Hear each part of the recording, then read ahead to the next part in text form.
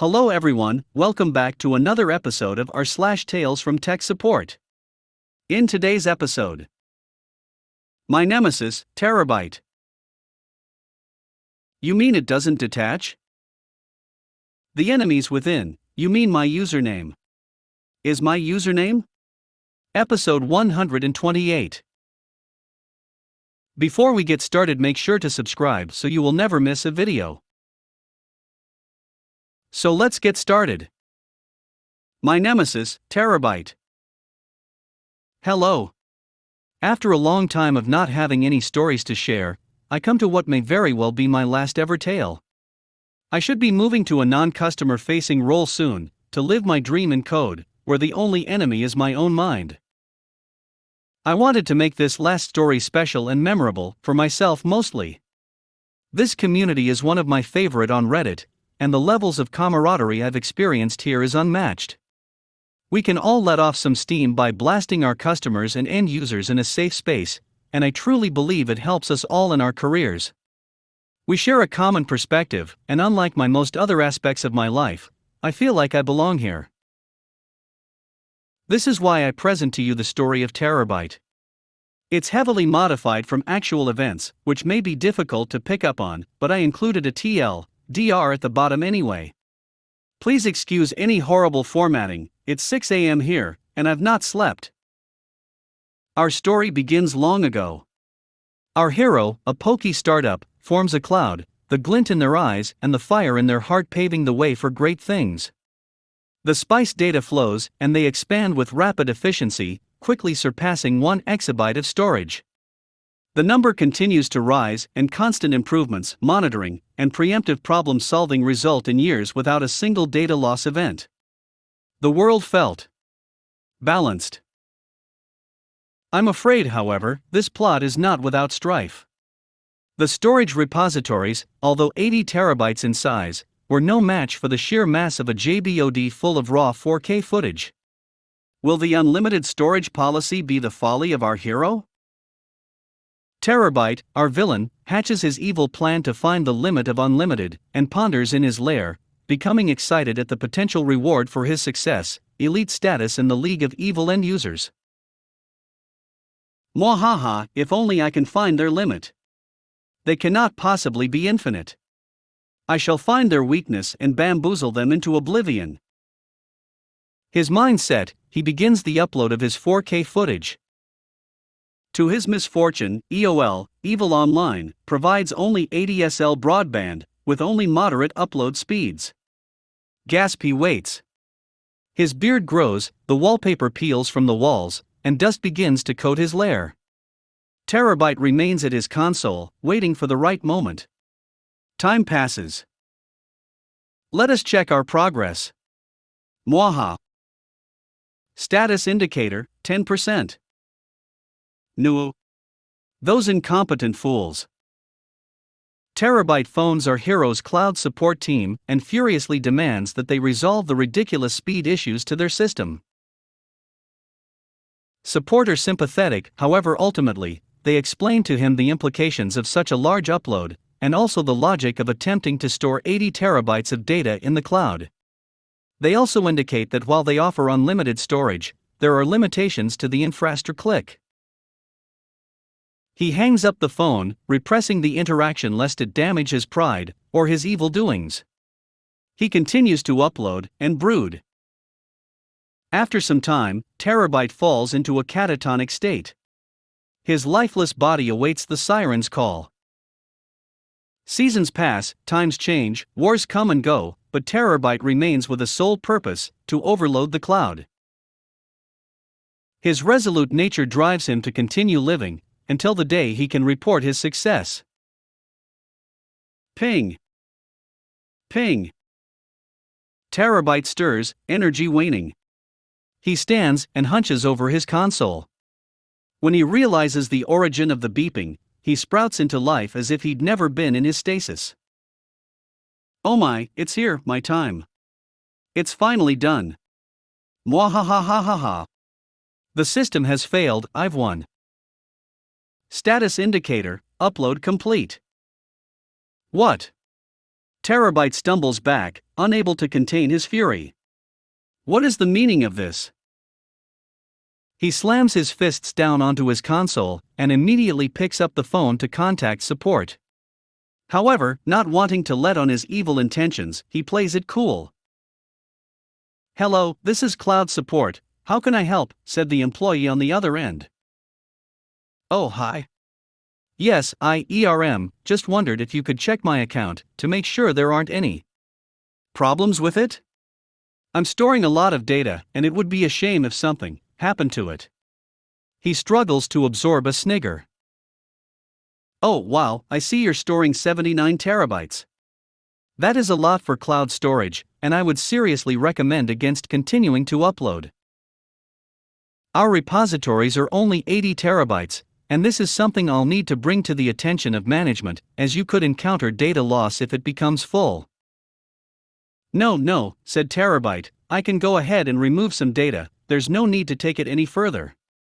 In fact, I'll get right on that now."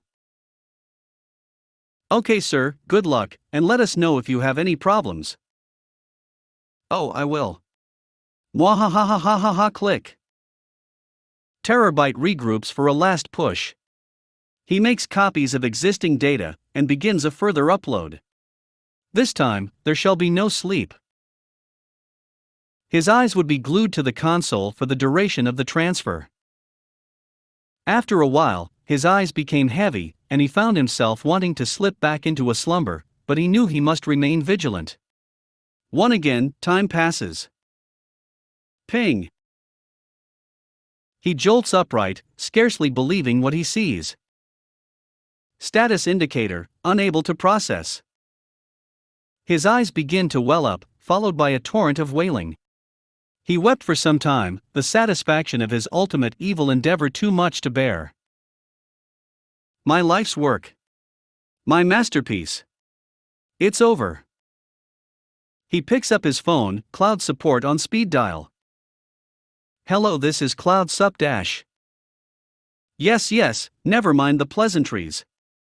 Are there any problems with my data?" He sat smugly, awaiting a response.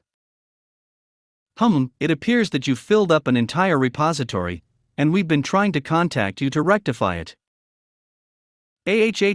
I've uncovered your lies. You do not provide unlimited data storage. It's all a sham. You fools, I shall tell the world, you will be out of business. Mwahaha, you fools. Sir, I'm sorry we couldn't get in touch with you. Is your email address still meatbeater69@aol.com? What? Fine. I shall play your games and extend my pleasure for your downfall. One moment. Terabyte attempts to log into his email AOL account. This account has been suspended. At this moment, he turned to face the other side of his lair, away from the console. A pile of letters stacked to his own height dominated the space. He rested the phone and walked to them. Each one was stamped overdue. Pay now. He tore into the one at his feet, at the bottom of the pile. They were from EOL. Dear Mr. Byte, we have noticed a substantial amount of data transfer on your account, and as per our fair use policy, which is part of our unlimited data package, we will be charging you per GB for any further data transfers you make. You will find this cost appended to your monthly bill. Yours sinisterly _EOL. Terabyte ripped into another letter. Oh no. God no. Please God no. Statement balance, $1 billion. He began to visibly shake as he hobbled back over to the phone, the support rep patiently waiting. Hello sir, did you manage to find the emails from us? You beat me. You saw through my plan and foiled me at every turn. I'm ruined. I thought I would bring you down by finding your storage weakness, but I'm the fool. No, this cannot be.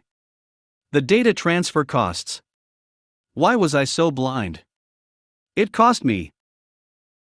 Oh, I'm sorry, sir. This is a lot of data though. What did it cost? It cost everything. TERRORBYTE slammed down the phone, sat back into a chair, and remained catatonic for some time. The pain of defeat too much. His ego was shattered.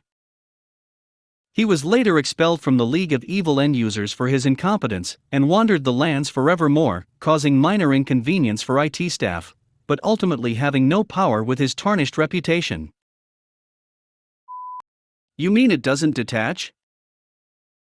I had been working for a certain fruit-based tech company in frontline support for about 6 months, and had just started taking computer calls after months of mobile calls. Call comes in. I greet the customer and gather basic customer info. Then I ask the reason for the call. Cast. Clueless customer, CC. Me. Senior advisor, SA. CC, so I got this brand new MB Pro as a gift, and it's not working. Me, what is it that's not working? CC, well, I saw the commercial on TV that showed I could turn my computer into a tablet by detaching the keyboard. I heard a crunch and it never separated. Me, crickets. Me, what commercial? CC, yeah, the Pro commercial. It shows you can remove the keyboard and just use the screen. Me, sir, we don't have anything like that. CC, yes you do, there's a commercial. Me, sir, the only thing like you're describing is the new Surface Pro made by Microsoft. We're not Microsoft. The Surface line hadn't been out long when this call happened. CC, but it's a Pro and my computer is a Pro, so that's the same. Me, no they're not. CC, well what can I do? Me, well you're going to be looking at out-of-warranty repairs due to accidental damage. CC, but why should I pay? It's a Pro and the commercial is a Pro. Me, let me talk to a senior advisor. Hold. SA, thank you for calling the help desk, my name is Advisor, how can I help you? Me, are you sitting down? Laughter. Explain the crazy situation and more laughter ensues.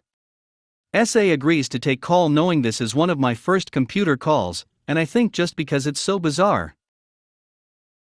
I have no idea how this turned out. All I know is that the guy wrecked a $1,300 plus computer simply because he didn't know that my company and Microsoft are two very different companies. Good times. This was about as good as the guy who somehow managed to delete the phone app from his phone. The enemies within, you mean my username? Is my username? Episode 128. As usual, all identifying information changed. E.g., that ain't the user or password. 7:47 a.m. Email. Network engineering queue. I can't log into the fax system. My username and password don't work. User, Fraser password, and Outlander 8. Here's what I have them set to. Great, someone forgot their username. No big deal, easy to fix. So I try to reset their password to what they had. And it won't let me. Turns out, the password they thought they had was already there. Hey Claire, I set your password to an Outlander 9, try it again. It didn't work. Upon closer inspection, their username, Fraser, had been reset to Claire Fraser Fax. Further conversation with the NOC person related some rather important facts about what happened. They had been given a personal fax number, and they edited their user to add the fax number. I didn't know changing my username would change my username. This person has admin access. And I can't remove it.